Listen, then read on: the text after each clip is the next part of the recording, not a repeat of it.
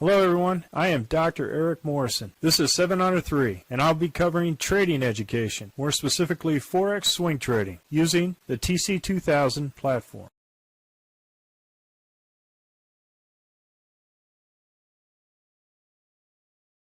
Hello, this is the weekend review for the 27 Forex currencies on Friday, 6th of November at 4 p.m. Central Time. Start off with the Aussie dollar Canadian. As you can see here, we didn't get into a trade at the beginning of the week here on Sunday. What we did was have a nice 1-2-3 punch out and then did a retracement, came back for a nice 1-2-3 punch out. So overall, great trades for Aussie dollar Canadian dollar in the past 3 weeks. Aussie dollar Swiss franc. So we had an initial trade with a loss here. Loss here, came back up. Did come back on the second day for the second order and got out breaking. So for this trade overall was a loss, but as you can see here, stops are very important where you place those stops with respect to each order. Now, if you want to go in here and be conservative, fine. Or if you want to just go to break even on the first order and the second order, there's no telling where this is going to go. But in some instances, you have to give a little breathing room for some of these trades, so in order to really take advantage of the momentum. Right. So overall loss for Aussie dollar Swiss franc. Aussie dollar Japanese yen. We had a 1-2-3 punch out last week, and then we started again with the retrace here with a 1-2-3 punch. So overall, great trade with Aussie dollar Jap. Aussie dollar Zealand dollar. On Sunday we had no trade because the Heikinashi was above the RL10, so no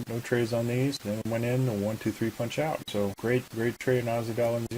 Last week, Aussie dollar US dollar had a great 1-2-3 punch, came back in, did a 1-2-3 punch out. However, if you wanted to go ahead with this one particular order and you stayed in, could have gone all the way up to this Z3 excursion over here at the Heikinashi. So no matter how you protect your profit, if you had your stop here, you could bracket the trade in the profit area and to see if there's more momentum to you. As long as you're okay with this particular gain and you make sure that you protect it, you can continue to move that stop up along these band levels for stop and along these band levels target. It's totally up to you how you want to set it up. But you could have done a 1-2-3 punch out or stayed in it till it hit this conservative Z3 excursion, which is wide. The wider the Z3 excursion or bend in the Bollinger Band means there's a lot more liquidity at that location. As you can see, it went ahead, hit it, bounced right off. It's what we generally tend to see with the Z3 excursion and our target. Canadian dollar Swiss franc came in initially no trade here. Trade here was stopped out, then came back in. Trade here, stopped out again, and didn't trade it after that. Two losses on Canadian dollar Swiss franc. And as you can see here, all of it is very volatile with the election process and the average shoe range and the currency market rate. So they're still trying to figure out what the election outcome is going to be. But you can see here there is a lot of uncertainty and volatility in there. For traders, this is very good news. For the markets and potential momentum where the banks take over, this is not very good. So it's hard on the central bank to predict and determine where momentum is going. But for traders, this is an interesting way to trade the Forex market. So no trade here on Sunday. Trade 1-2-3 punch out.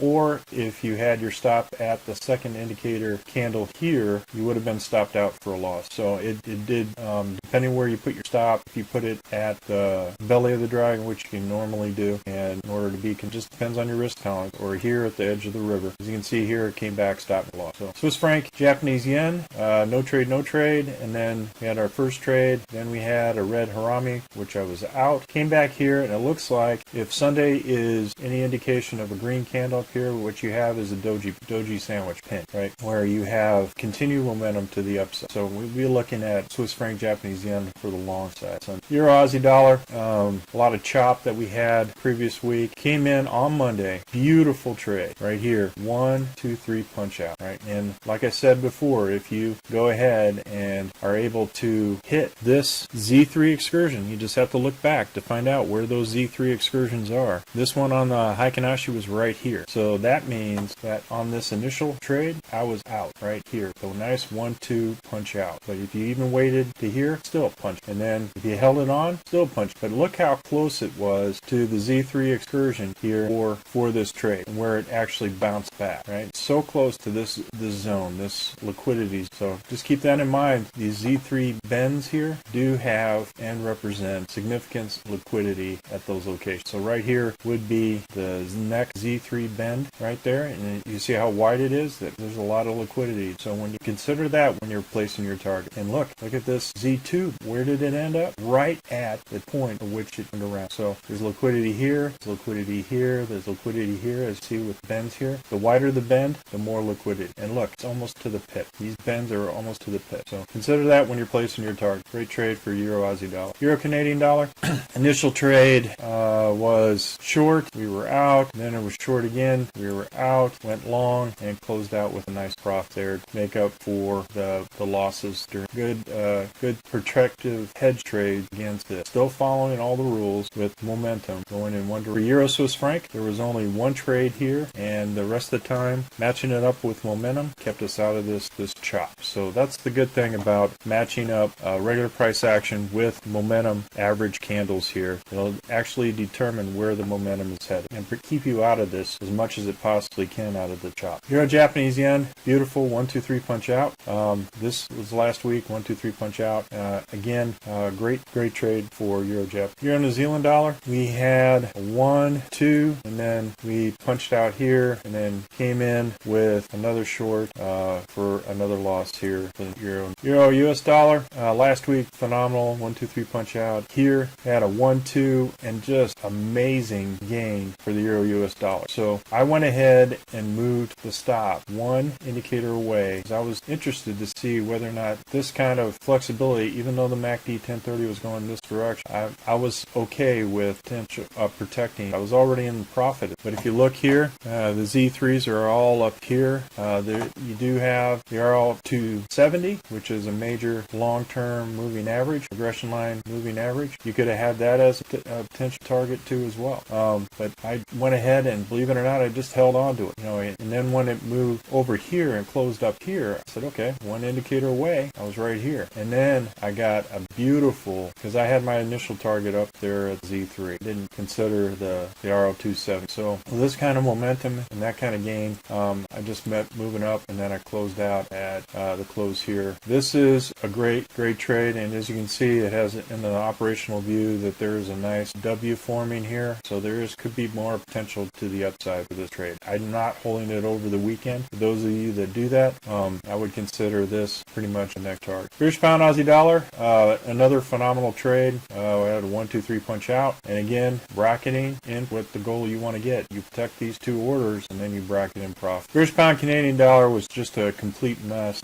We were around the 200 moving day average, and you saw these long candles kind of going up and down, right around the 200. Went here, lost, another one, lost, so I kept, during the election period, I kept it at least one indicator away and got some minimal losses out of here. Two trades for the week that were ended in loss. British pound, same thing with British pound, Swiss franc. I went ahead and had a stop here. As you can see here, I had initial green candle move on Monday. So I bought here, I had my target here, and I was immediately stopped out for a major profit on that day, and I didn't trade it after that. Then there was a short where I kept it short because of the election, came back and stopped me out for a minor loss. But overall, fantastic trade here to here, and then I lost it in the for still a major profit for British pound Swiss franc. So good strategy to make sure that you again, only one order in. Now, if you wanted to go ahead and put in a second order in there, even though you stopped out, you would have been in for a loss at least on the second order. But once I hit my target, whether it be one order or two orders, I'm done. I go ahead and just stop out. And then what you saw here was a major rejection of the Z3 back to the 200. So that tells me that there was a lot of money coming back in to British pound and Swiss franc to keep it around 200. And right now, this is just considered chop. Whenever you see the dragon all chewed up like like this. This just the big banks trying to do stop hunts on tail. British pound, Japanese yen, had the same thing. We're at the 200 and initially had no trades here. First initial trade here and then with a stop out here. And this is a red candle, green candle, no trade further work. So I'm only one order in. As far as my risk, I let momentum tell me what my additional orders I need to put in there. So I only go a max of 2 orders because I stick with the 1, 2, 3 punch out. But as you can see, through this risk management, ruthless risk management process, I only use 1 order in the case if it doesn't follow the rules, momentum. If the momentum is red candle, green candle, I don't trade. I don't put in an order. I put 1 order in here, and that reduces my exposure when I do have loss. British pound, New Zealand dollar, we had no trade, and then this was a Z3 trade here. As you can see here, look at this huge excursion here. So I decided not to do a short here.